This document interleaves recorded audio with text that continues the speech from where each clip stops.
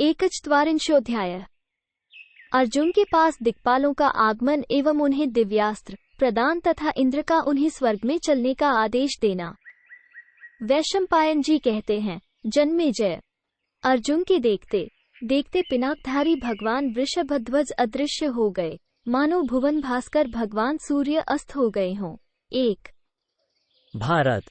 तदनंतर शत्रुवीरों का संहार करने वाले अर्जुन को ये सोचकर बड़ा आश्चर्य हुआ कि आज मुझे महादेव जी का प्रत्यक्ष दर्शन प्राप्त हुआ है। 2 मैं धन्य हूँ का मुझ पर बड़ा अनुग्रह है कि त्रिनेत्रधारी सर्वपापहारी एवं अभीष्ट वर देने वाले पिनाक पाणी भगवान शंकर ने मूर्तिमान होकर मुझे दर्शन दिया और अपने करकमलों से मेरे अंगों का स्पर्श किया।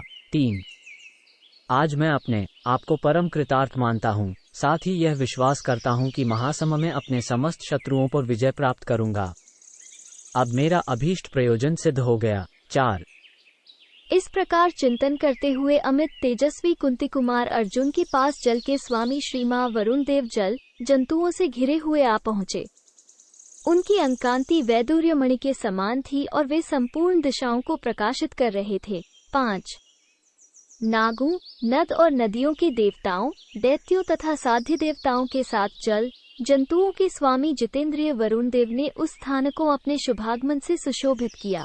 6 तदनंतर स्वर्ण के समान शरीर वाले भगवान कुबेर महातेजस्वी विमान द्वारा वहां आए। उनके साथ बहुत से यक्ष भी थे। 7 वे अपने तेज से आकाशमंडल को प्रकाशित से कर रहे थे। उनका दर्शन अद्भुत एवं अनुपम था।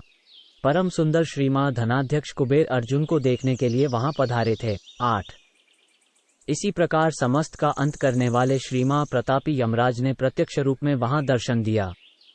उनके साथ मानव शरीरधारी विश्वभावन पितृगण भी थे। 9 उनके हाथ में दंड शोभा पा रहा था। संपूर्ण भूतों का विनाश करने वाले अचित्यात्मा सूर्यपुत्र धर्मराज अपने तेजस्वी विमान से तीनों लोकों, गुह्यकों, गंधर्वों तथा नागों को प्रकाशित कर रहे थे। प्रलय काल उपस्थित होने पर दिखाई देने वाले द्वितीय सूर्य की भांति उनकी अद्भुत शोभा हो रही थी। 10 11 उन सब देवताओं ने उस महापर्वत के विचित्र एवं तेजस्वी शिखरों पर पहुंचकर वहां तपस्वी अर्जुन को देखा। तत्पश्चात 2 ही घड़ी के बाद भगवान इंद्र इंद्राणी के साथ ऐरावत की पीठ पर बैठकर वहां आए। देवताओं के समुदाय ने उन्हें सब ओर से घेर रखा था। उनके मस्तक पर श्वेत छत्र तना हुआ था, जिससे वे शुभ्र वर्ण के मेघखंड से आच्छादित चंद्रमा के समान सुशोभित हो रहे थे।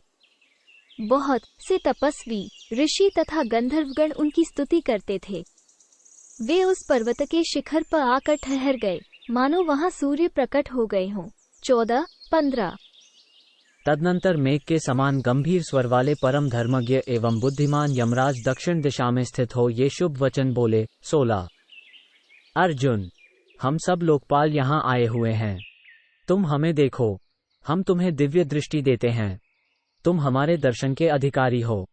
तुम महामना एवं महाबली पुरातन महर्षि नर हो। तात ब्रह्मा जी की आज्ञा से तुमने मानव शरीर ग्रहण किया है। 17 18 अंग वसुओं के अंश से उत्पन्न महापराक्रमी और परम धर्मात्मा पितामह भीष्म को तुम संग्राम में जीत लोगे। भरद्वाज पुत्र द्रोणाचार्य के द्वारा सुरक्षित क्षत्रिय समुदाय भी, जिसका स्पर्श अग्नि के समान भयंकर है, तुम्हारे द्वारा पराजित होगा। कुरुनंदन मानव शरीर में उत्पन्न हुए महाबली दानव तथा निवात कवच नामक दैत्य भी तुम्हारे हाथ से मारे जाएंगे। धनंजय संपूर्ण को उष्णता प्रदान करने वाले मेरे पिता भगवान सूर्यदेव के अंश से उत्पन्न महापराक्रमी कर्ण भी तुम्हारा वध्य होगा। 19 21 शत्रुओं का संहार करने वाले कुंती कुमार, देवताओं, दानवों तथा राक्षसों के जो अंश पृथ्वी पर उत्पन्न हुए हैं, वे युद्ध में तुम्हारे द्वारा मारे जाकर अपने कर्मफल के अनुसार यथोचित गति प्राप्त करेंगे।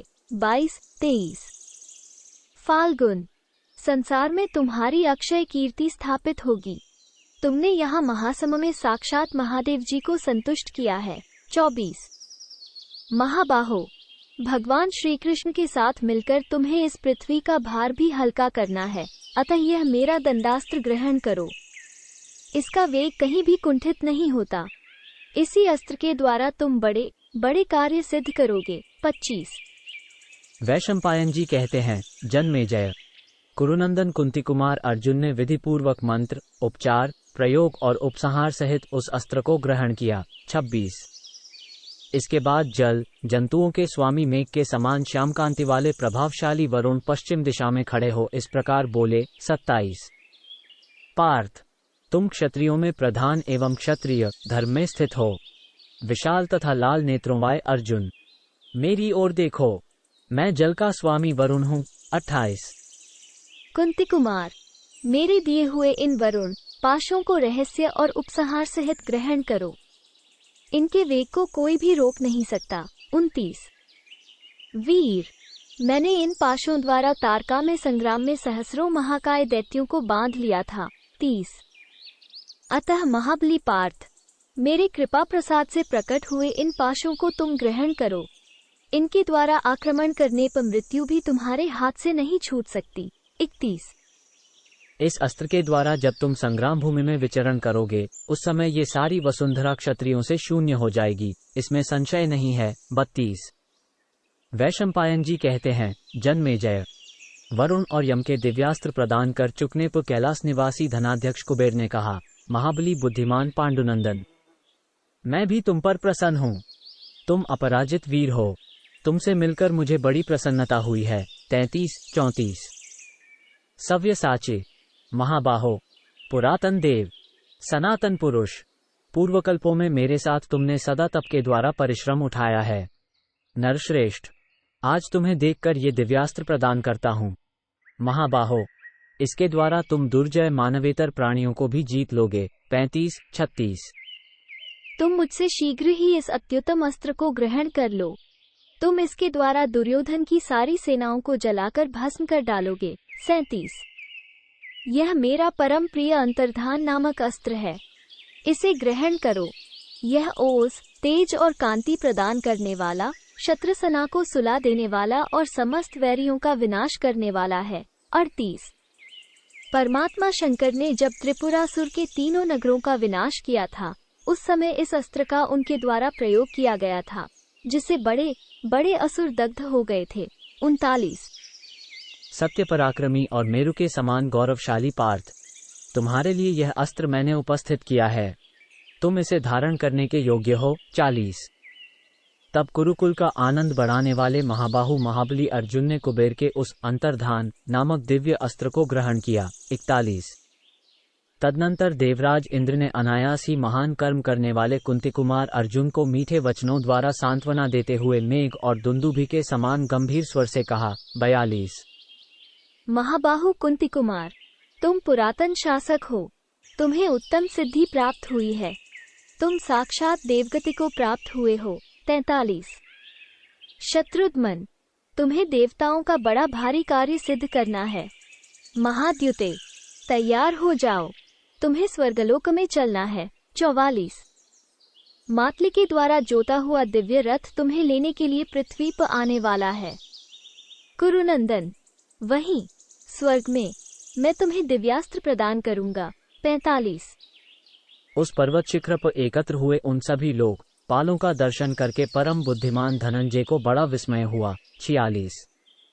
तत्पश्चात महातेजस्वी अर्जुन ने वहां पधारे हुए लोकपालों का मीठे वचन, जल और फलों के द्वारा भी विधिपूर्वक पूजन किया। 47। इसके बाद इच्छानुसार मन के समान वेग वाले समस्त देवता अर्जुन के प्रति सम्मान प्रकट करके जैसे आए थे वैसे ही चले गए। 48।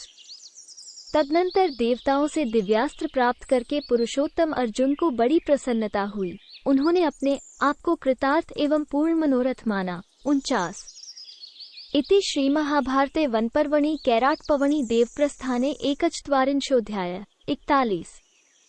इस प्रकार श्री महाभारत वनपर्व के अंतर्गत कैराट पर्व में देव प्रस्थान विषयक 41वां अध्याय पूरा हुआ। 41।